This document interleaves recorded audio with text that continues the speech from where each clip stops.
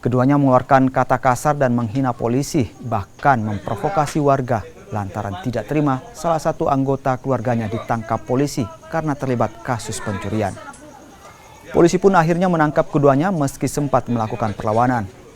Tante dan ponakan ini melanggar pasal 28 ayat 1 tentang merendahkan secara individual dengan ancaman penjara 6 tahun penjara.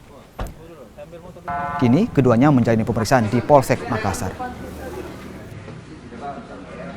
Yang diamankan oleh tim sus yang diduga terlibat dengan kasus tindak pidana pencurian.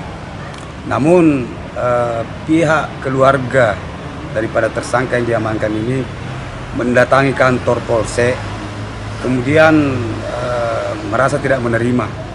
Jadi si perempuan ini sambil berteriak-teriak mengundang perhatian warga dan memprovokasi warga dengan mengeluarkan kata-kata yang tidak pantas, yang sifatnya menghina dan mengujar kebencian.